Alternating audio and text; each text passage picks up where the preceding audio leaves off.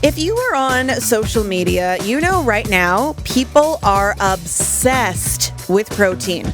Protein and fiber focus are just one of the latest health spins on diet culture. Other current nutrition fads, bio-tracking with wearable tech, ancient grains, plant-forward, not plant-only. There's the Segan diet, which is focused on seafood and coastal produce, which would be hard here. Pro-metabolism eating, think fasting, more protein, reducing cortisol, hormone balance. That one is big with influencers. There's gut health, greens, electrolytes, and the anti-seed oil movement, ditching canola, soy, and sunflower oil for butter, tallow, and coconut oil. It is one farmed as back to basics or eating like our ancestors. There's keto, carnivore, vegan, low carb. I could go on, but when it comes to eating for fuel and eating well, how do you cut through the noise? Today, we have a non-diet registered dietitian to answer your questions and mine. Join the conversation, 1-800-716-2221, or email us bluesky@cbc.ca. So Brooke Bulloch is a registered dietitian, team leader, entrepreneur, adventurer, and mom. She's been in private practice since 2012. She is also the CEO behind Food to Fit Nutrition in Saskatoon. And today, she is going to help us cut through the food noise, literally. Brooke, welcome back to Blue Sky. Thanks, Sam. Nice to see you. Okay, before we get started, I think this part is really important. What is the difference between a dietitian and a nutritionist? Nutritionist is not a protected word. So the dietitian is a protected title. So only people who have done their Bachelor of Science in Nutrition and completed their certified internship can call themselves a dietitian, and they must be registered with a regulatory body. So here in Saskatchewan, we have the Saskatchewan College of Dietitians. I would say one of the biggest differences, though, between nutritionists, so who do get certified, maybe a 6-month or 1-year certification, and a dietitian is the assessment skills. And I think this goes a long, long way. Dietitians have a really good understanding of nutrient metabolism, but also just like body physiology, but the pathophysiology of chronic conditions. You know, we understand a lot of clinical side of things, biochemical data, which is labs. And we just have, I think, an overall better understanding of the body and pathophysiology. So I think our assessment skills really take the cake on that one. Okay. Let's start with the state of nutrition in the public eye right now. What are you seeing a lot of as you are scrolling or you're talking with your friends when you're out and about? What is hitting you as a dietitian right now? Yeah, I would say you touched on hormone balancing, which is fascinating. I mean, we're not like soundboards that you can finely tune. It's just you have like over 50 different hormones. So I'm always asking like, well, which one are you talking about? And what does that mean exactly? So I think there's a lot of misunderstanding. Certainly, looking at cortisol, hearing things about like cortisol belly and how to combat that. And, digging into some of the science and research. So certainly a lot of claims that aren't really backed by science or the science hasn't caught up. Definitely a lot of gut health as well, but, you name it, yeah. What is your biggest pet peeve or the biggest piece of misinformation that you're seeing people buy into right now?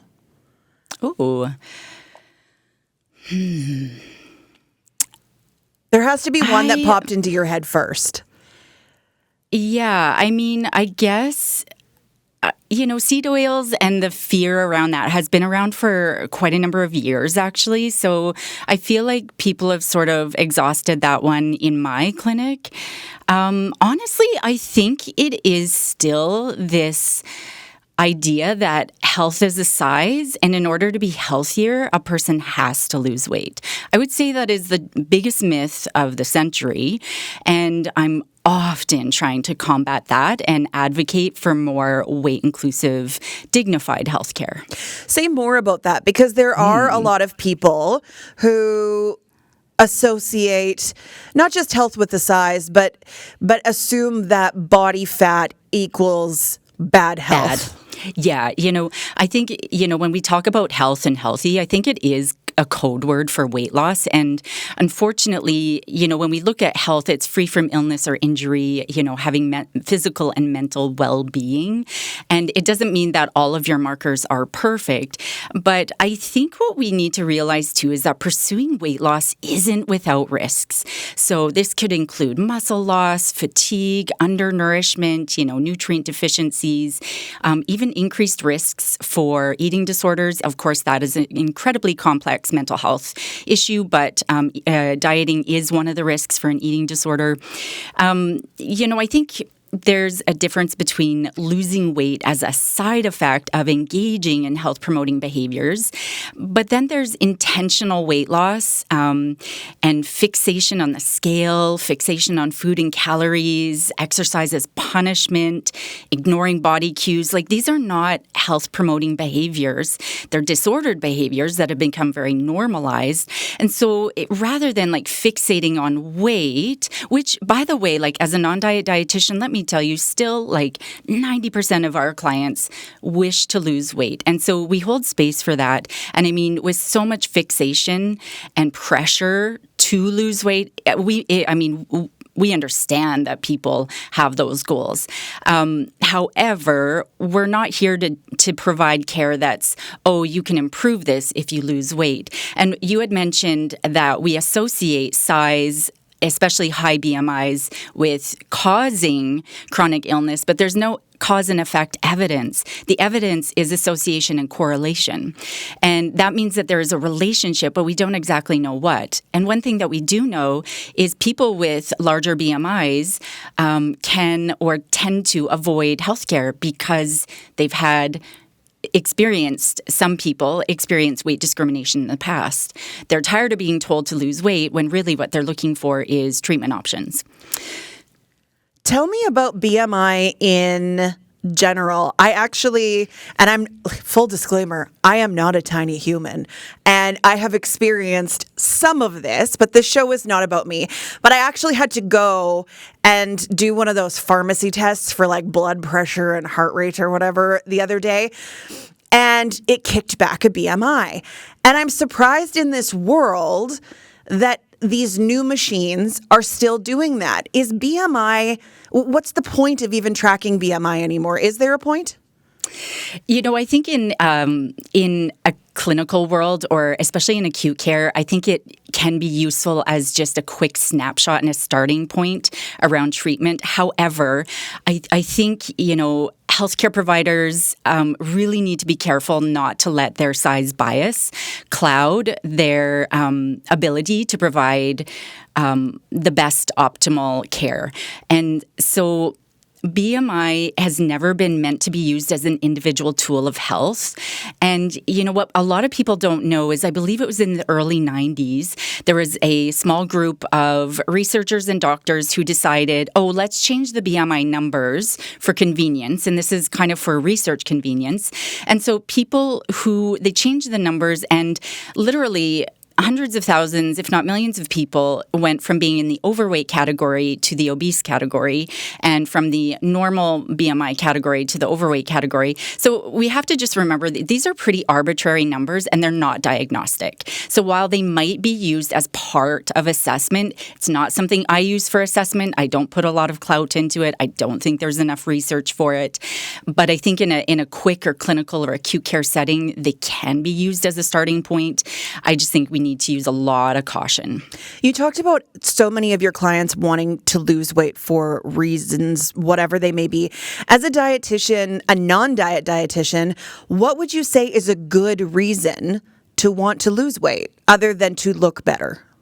Well, it's not my role to decide what a good or bad reason is. Honestly, we hold space for a person's desire to shift their body, no matter what the reason. It doesn't really matter what their reason is. The point is that it's rooted in it is rooted in misinformation. It's rooted in lived experience, and it's rooted in often a very distorted it's often rooted in distorted views around food and bodies. So we learned from a very young age that the word fat is bad. So trying to unwire that and get children to understand that fat isn't a bad word, therefore you can't use it as a tool to aggravate somebody. It's just, and it's like having fingers. It's like, you can't change your foot size necessarily. Sure, you might be able to adjust the amount of fat on your body somewhat, but we need to remember that genetic size diversity has always existed. We have always had people in larger bodies and people in smaller bodies. And, when we're trying to get everybody into a similar size, like, what we're trying to do is essentially, in some way, shape, or form, change their genetics, which we cannot do. We also don't have a lot of solid research that we don't have a lot of long-term evidence that intentional weight loss is sustainable. Now, people they do lose weight and keep it off for life. But when we look at the data and the science, at the 5-year mark, people who have intentionally tried to lose weight, 2/3 of people gain it back. So I always say, let's cross the T's, dot the I's, let's support your health, and let's just see what your weight does, what your genetic size wants to do. But also, I work a lot with folks who are struggling to recover from disordered eating and eating disorders. So coming at it from a very neutral standpoint is really important. And that, being accepting of where the body size falls is really important from my perspective. Okay, we also want to hear from you today. If you have a question for Brooke or maybe some experience you'd like to share with us, you can call 1-800-716-2221 or email us bluesky@cbc.ca. We do have an email from Linda, and this maybe goes back to labs, and you talked about the lab experience and being able to read labs, Brooke. Linda wants to know, how do I get my cholesterol levels down? That's a great question. And we see a lot of clients with rising cholesterol levels. And there's a number of reasons why cholesterol levels can change as we age. But one of the things that we like to focus on, and there's good research to show it's not necessarily what you need to cut out of your diet, but what needs to be added to the diet. And this is so fun for us because we have a baseline. The doctors will often say, all right, well, we'll give you a couple months to make some, dietary and lifestyle changes, and then let's retest it. And that's really, I find it fun. And it sort of gives us a marker of health that has nothing to do with a person's size. So whether or not their size shifts, often what we're trying to look for is adding fiber and adding antioxidants and foods that are going to help bind cholesterol and excrete it in the feces. So that's where fiber comes in. Some people produce too much cholesterol from their liver, as well as when people go through menopause. As estrogen drops, cholesterol can often go up. And so a couple of things that we might focus on. So fiber from whole fruits and vegetables. It might be adding an extra serving of both every day. It might be adding like a tablespoon of seeds or a quarter cup of nuts to your breakfast or to your salad. It might be adding whole grains. Maybe you're not really into whole grain pasta or brown rice, which really doesn't have a lot of fiber anyway, but it might be switching out your bread or, looking at adding oats, doing more with oatmeal recipes. Oats go beyond porridge. I have a whole blog post on that, but it could be adding pulses. Pulses have been shown to help lower cholesterol. So these are your chickpeas, lentils, even edamame beans. And you can use canned versions. Keep it convenient. You don't have to be soaking these things if it doesn't fit within your life and how busy things are. And that's where a dietitian can help is like, what is your habit day to day? And what are some of the things we can add to what you already do? And that keeps it a little bit more sustainable rather than, got to cut out red meat. And so we're making more room for other things. It might mean that some of those other things that could raise cholesterol, like saturated fat, naturally decline. So we focus on what we can add first and then address maybe the excess in, say, sugar-sweetened beverages or saturated fat. We might do some swaps there, but we're not here to cut things out entirely. Why is cholesterol bad? Why is that a bad word? Why is cholesterol bad? Well, cholesterol itself isn't bad. I mean, it plays an important role in the body. And I'm definitely not a cholesterol expert. And there's HDL, that healthy cholesterol, which scavenges. We actually want this to be higher. But LDL, or that lousy cholesterol, when it rises, my understanding is that it definitely puts us at increased risk for heart disease. And LDL is a great marker in and of itself of that relationship. I think there's even some evidence that rising LDL might be associated with Alzheimer's and other conditions. So it's such a simple blood test, and it's definitely something that we can track and monitor. It can really respond to dietary changes, but if it doesn't, it could be very much an aging and genetic thing, and medication is important at that point. Okay. Linda, thanks so much for your question. The number to call if you have questions, 1-800-716-2221, or send us an email, bluesky@cbc.ca. It's summer. People are hydrating. Literally, I got an ad for another electrolyte company as I logged into my computer as I sat down here. Can we talk about electrolytes? Yes. Who needs them, and what do we need from electrolytes? There is so much about, there's you need more salt, you need more potassium, you need more magnesium. Yes. I mean, we've gotten this far maybe without them. Are we depleted in electrolytes, or do we need them? No. And I would say the vast majority of people don't actually need more sodium in their diet right now. Electrolytes are important if you are someone who, especially if you are an athlete or if you are someone who sweats a lot. So if you are working construction in the hot sun, you're sweating a lot. And if you are someone who has, say, low blood pressure, there can definitely be uses for electrolytes. Now, the most common electrolyte that is lost is sodium, and it's often lost in sweat and sweat and with diarrhea. Mm-hmm. So if these are symptoms, yes, you might need some sodium. The less worrisome are potassium and magnesium. We can easily meet these in the diet. Now, to be fair, I think magnesium supplementation is on the rise, and not a lot of people are getting enough magnesium in their diet because magnesium-rich foods are things like pulses, so beans, chickpeas, lentils, whole grains, and nuts and seeds. So I think a lot of people are missing out on magnesium, but that's not really a hydration issue. So I don't really buy into, and yes, if you are losing sodium in sweat, you need to replenish that, and that will help you to stay hydrated, which from a sport nutrition perspective can extend the time to fatigue. It's really important. However, for those of us who are just sitting at the desk and don't do a whole lot of sweating in a day, most of us we don't have any issues with staying hydrated, and just plain water is absolutely acceptable. Often what I'll encourage people to do is check their urine. That's the easiest way to check your hydration status. And if your urine's getting a little dark, then it's time to go grab some water. And if it's nice and light pale yellow, you're doing pretty well. So don't overthink it. Save some money. You probably don't need an electrolyte, and keep it for hot travels, sports, things like that.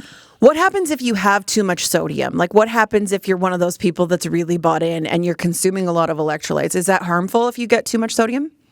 Well, too much sodium will raise blood pressure, and high blood pressure is one of the risk factors for having a heart attack or stroke, heart disease. So most Canadians are consuming excess sodium already. And actually, what I am more concerned about is the inadequate intake of iodine. So I'm going to go off on a little bit of a tangent here, but sodium we find in so many foods, processed foods, canned goods, frozen foods, and of course electrolyte tablets or whatever. But With it, we don't get any iodine. So what's happened is our sodium intake is increasing from these processed items, but so historically, you've seen iodized table salt. The reason that's important is it was a public health measure to help reduce the risk of goiter. We don't get enough iodine because we don't have enough in our soil. Even if you are consuming fish and animal products and dairy, we're not really getting enough from these products to meet our needs. So iodized salt becomes really important.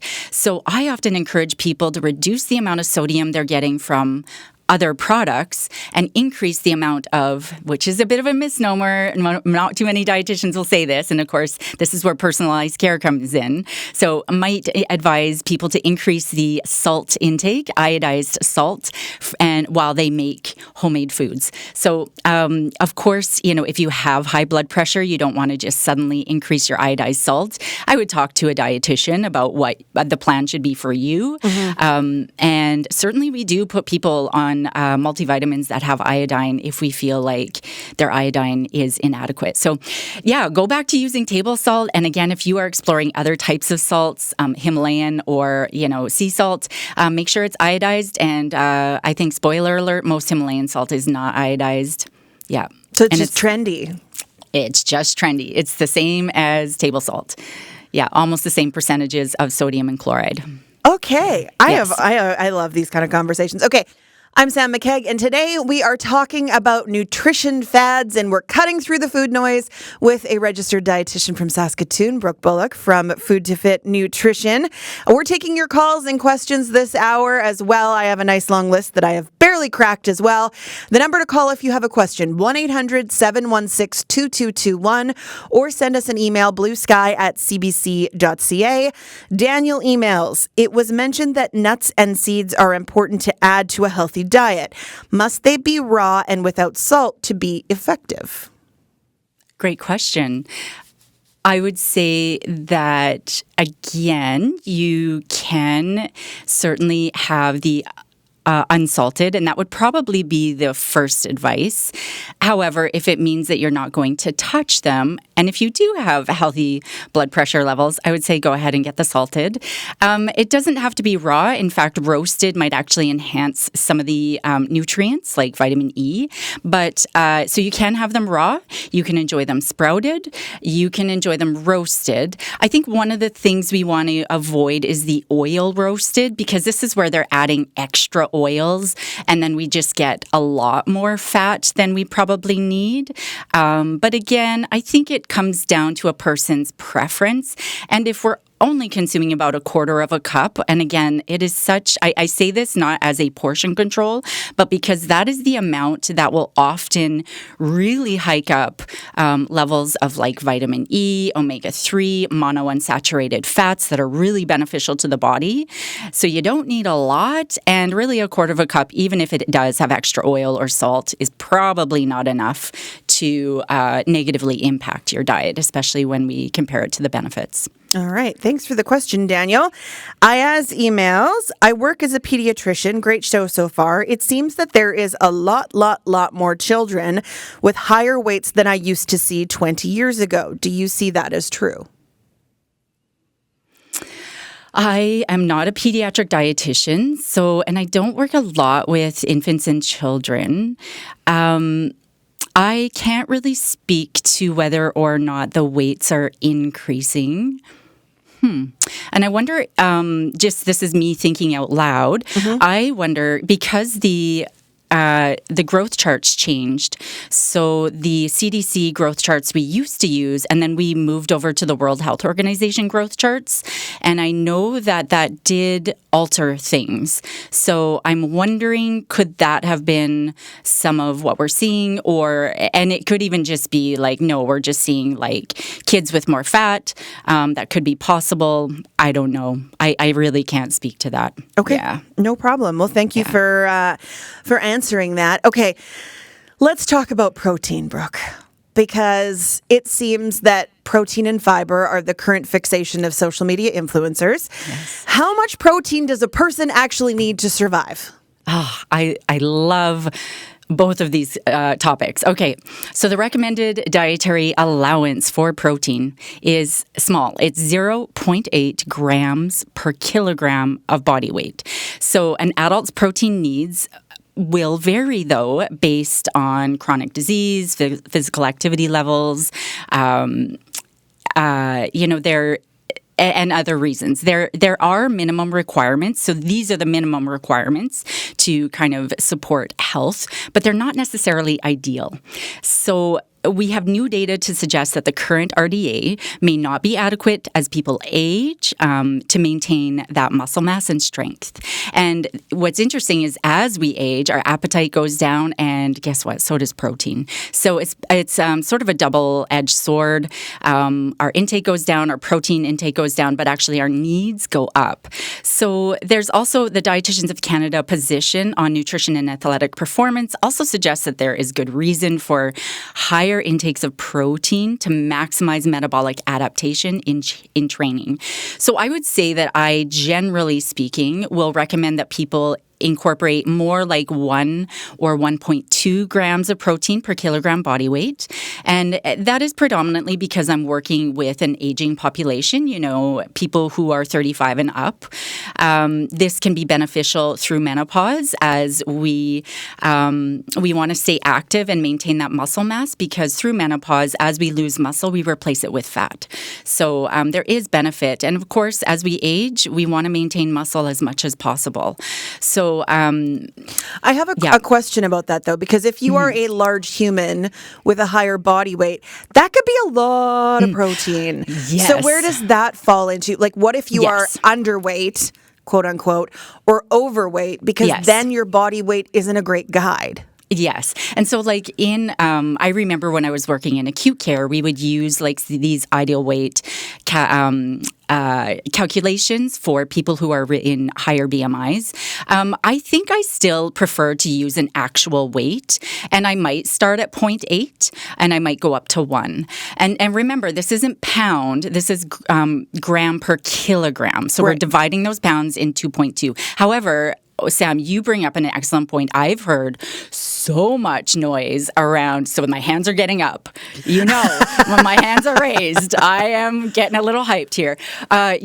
So I've been hearing so much around, I heard that I should be consuming 1 gram of protein per pound of body weight. Now, this is an obscene amount of protein. Like, I would say even the most elite athletes who are doing a very specific type of workout, like, nobody needs this kind of protein. You would be working with a dietitian. You'd be an incredibly elite athlete.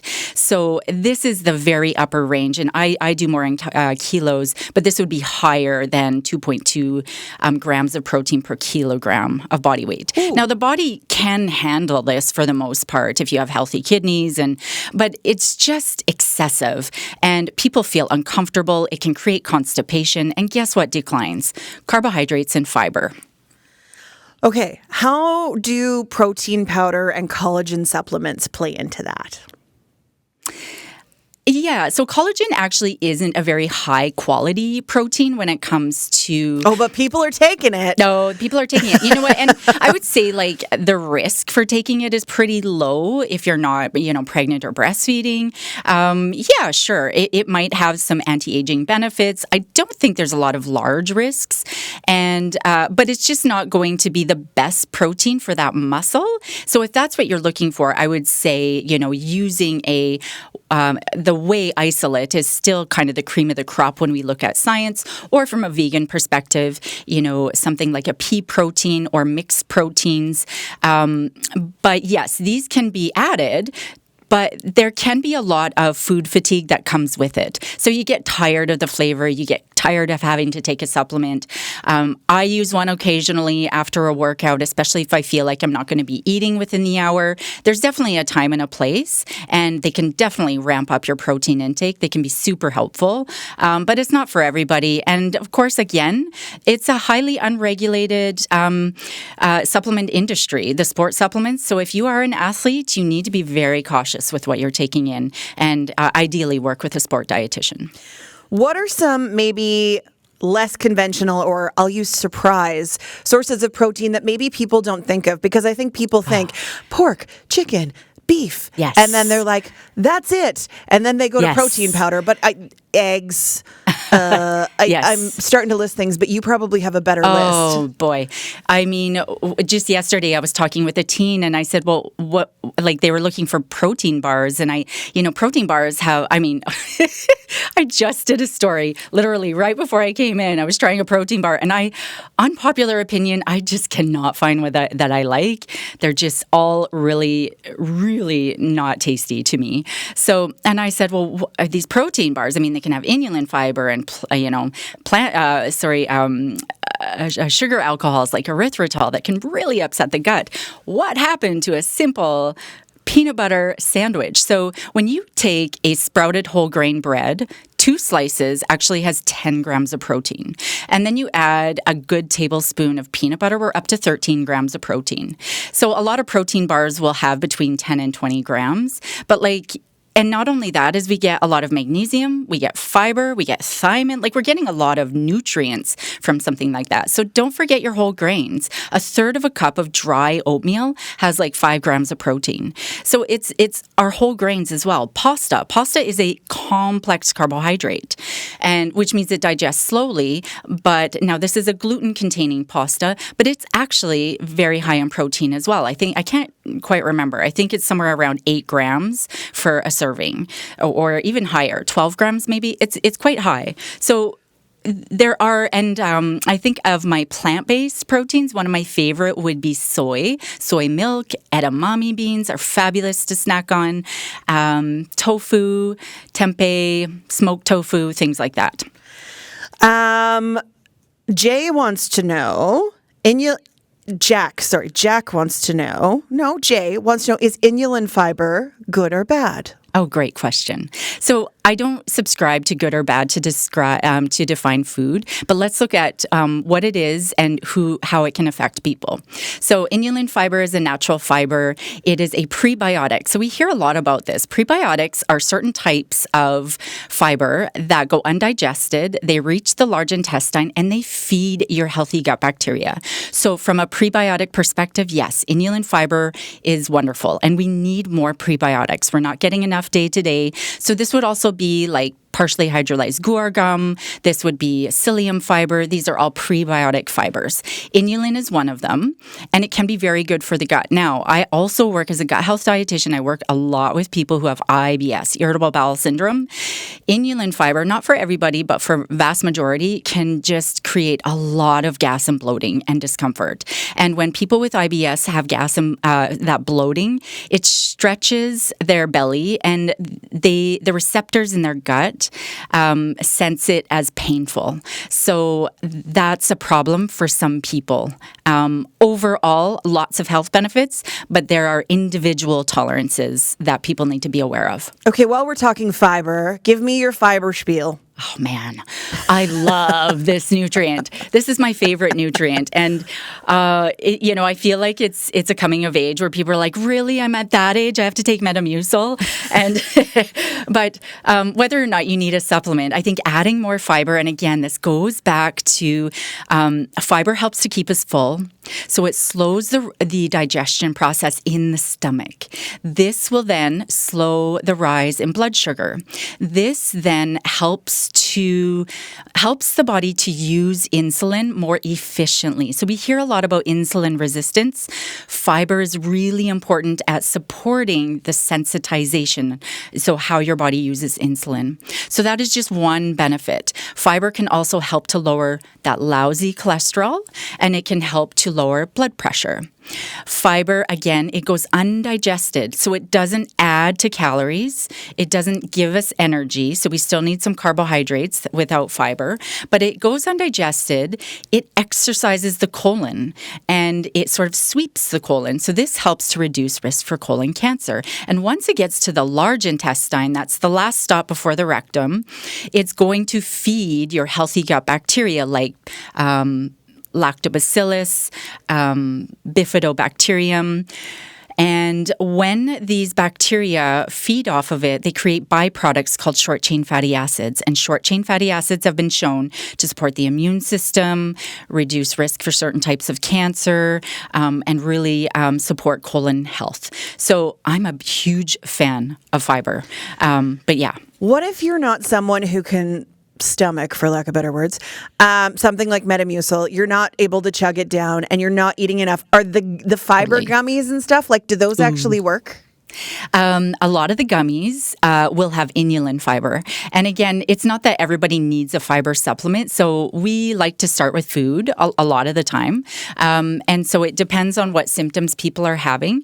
But we'll often start with food. So getting nuts and seeds in, looking at those whole grains. Can we increase the intake of fruit and vegetables, whether it's canned, fresh, or frozen? Maybe swapping out juice for a whole option. Swapping out white bread for a 60% whole wheat. If you love sourdough bread, then maybe we'd look at other ways to add fiber. It's just really individual.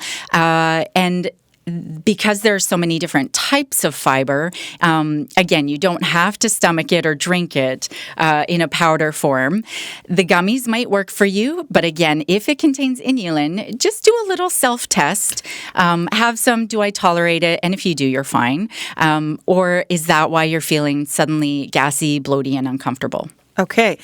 Jack writes, regarding arthritic conditions, do carbohydrates add to inflammation generally? And further, does rice or pasta create more inflammation? Oh, I love this. Yeah.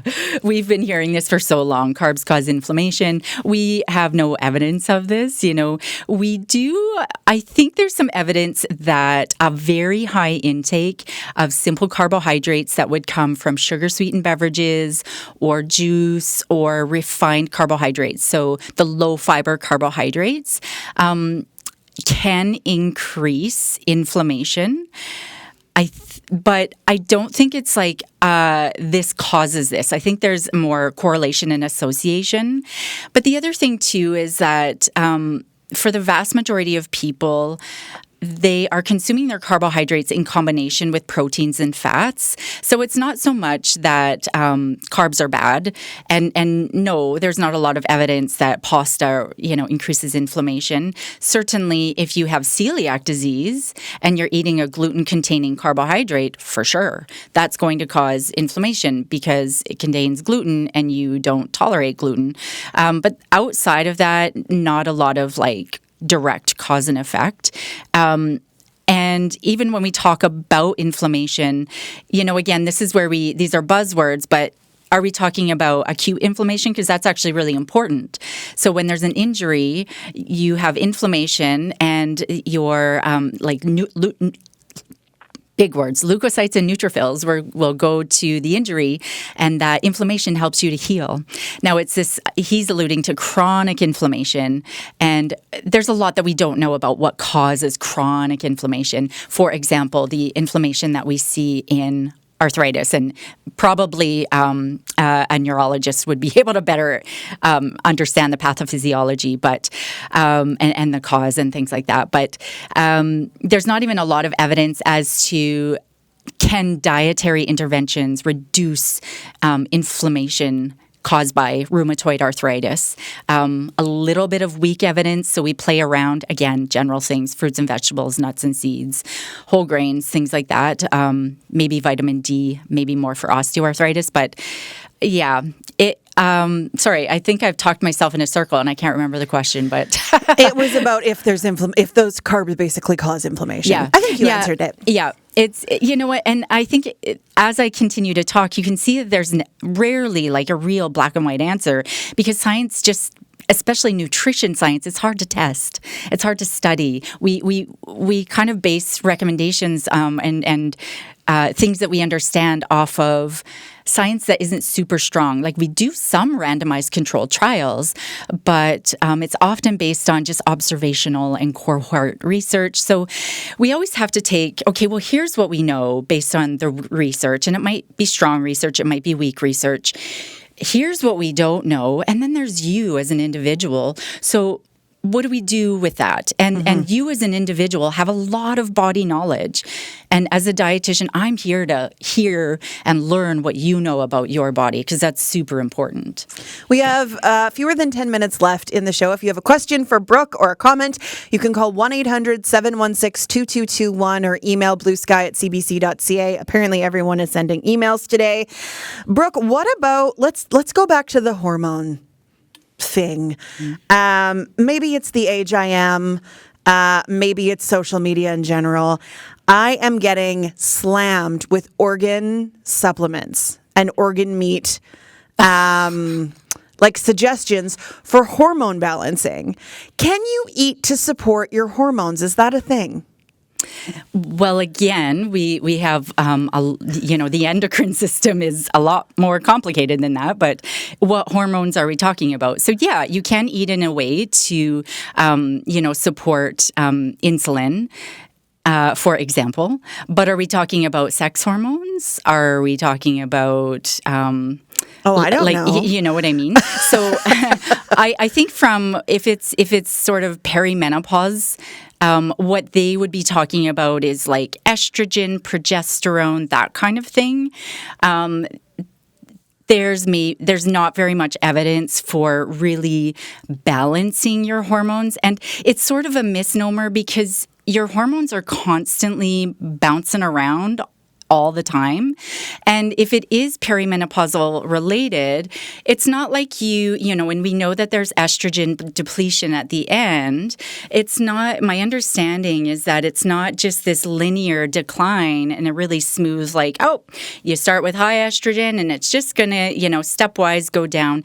My understanding is it bounces around like a ping pong. So no, I don't believe you can actually control that with dietary interventions, nor do I think we have enough solid evidence of it. So I think there's probably a lot of BS claims out there that we want to be cautious about. Now, bottom line, it's like, well, if what they're recommending is like a dietary change and you think like, well, there's probably some other health benefits to that, sure, engage. But if they're selling a very expensive supplement, and I would say like whatever this is, an organ supplement. I don't know, like organ meats can be very high in vitamin A, which could be toxic. So also supplements, again, it's a highly unregulated industry.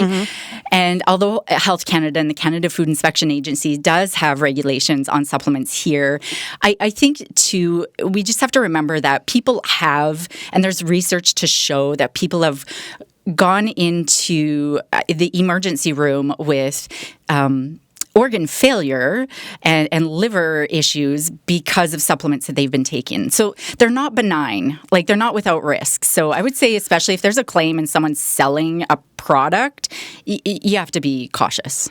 Jen wants to know, are green powders really a replacement for eating vegetables? Ooh, great question. Fast answer, no. Long answer, again, it's like there's a lot of ingredients in greens powders. There can be benefits. A lot of them will have spirulina. There can be benefits to that.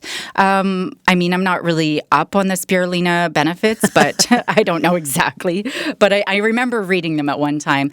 I did a deep dive into this probably 5 years ago, so my memory's a little foggy, but ultimately it just didn't seem like it was worth the cost. And again, if it's one of those things where you take it and who cares if there's a placebo effect and you're like, whatever, I feel good when I take it. Then if that's where you want to spend your money, spend your money. If you take something, you're like, nope, no difference, then don't spend your money there. And if you take it and you're like, wow, that really upsets my gut, especially for IBS, there's a lot of things in these green powders that can trigger IBS symptoms. So it could be really the wrong product for you. I think we want to remember that there's so much privilege in just even being able to explore supplements like protein powders, greens powders, any kind of supplement over the counter, vitamins and minerals. There are a lot of people living in the world with poor food access, with food insecurity. There are a lot of people living in Canada, children including, with food insecurity. So sometimes we just need to kind of bring it down to what actually keeps us healthy. And I'm going to tell you, it's not your supplement. It is much more complicated than that. Okay, I have 2 more questions for you that we need to get through in less than 5 minutes. You bet. First one, Chris in Saskatoon wants to know about liver cleanses. Are they good? No evidence for it. You don't need to cleanse your liver. There's no necessary reason to. Your liver is the cleanser of the body, but also sweating cleanses. Having a healthy bowel movement every day, or irregular, whatever your regular is, cleanses. There's no evidence for benefit, and I would say again, the supplements that would claim liver cleanse might actually just put you at risk. I mean, if you're doing cayenne pepper and lemon shots, short term, there's probably no risk. Long term, you might want to talk to your doctor about all the lemon juice on your teeth and gums. But yeah, I would say no. And finally, I'd be remiss if I didn't touch on GLP-1s because they are everywhere now. Things like Ozempic, Wegovy, Mounjaro, Zepbound, which was just approved by Health Canada. Right, I saw that. Where do you stand on these as a dietitian? Is this the holding space situation? This is a whole new episode. Maybe that's a future episode. Okay. You know what? I am not here to judge anybody who wants to explore them, whether it's for chronic condition, whether it's for inflammatory lowering, whether it's for weight loss. That is not my role. My role is to ensure that they're meeting their vitamin and mineral nutrient needs and that their food and body relationship is improving or neutral. So if it doesn't matter why people might be taking them, if it's causing them to undereat and it's causing them to experience side effects or symptoms, I'm there to support them through that. I will talk very openly about the risks and benefits. These don't come without risks. People are losing muscle. It can cause gastroparesis, which is poor blood flow to the gut. It can cause nutrient deficiencies, muscle loss. The last thing we want as we age is muscle loss. And so these are important things to consider. But I'll just kind of leave it there. Not against them necessarily, not pro. I just think if you are taking them, it might be worth meeting a dietitian to ensure you're still meeting your nutrient needs. Mm-hmm. Yeah. Okay. Brooke, this has been so interesting. I didn't get to most of my list because we had so many great questions. But I always appreciate your insight, and your social media channel as well is always really great. So thank you so much for taking an hour of your day and spending it with us. Of course. I really appreciate you having me. Thanks. Brooke Bulloch is a registered dietitian in Saskatoon. She's the CEO of Food to Fit Nutrition.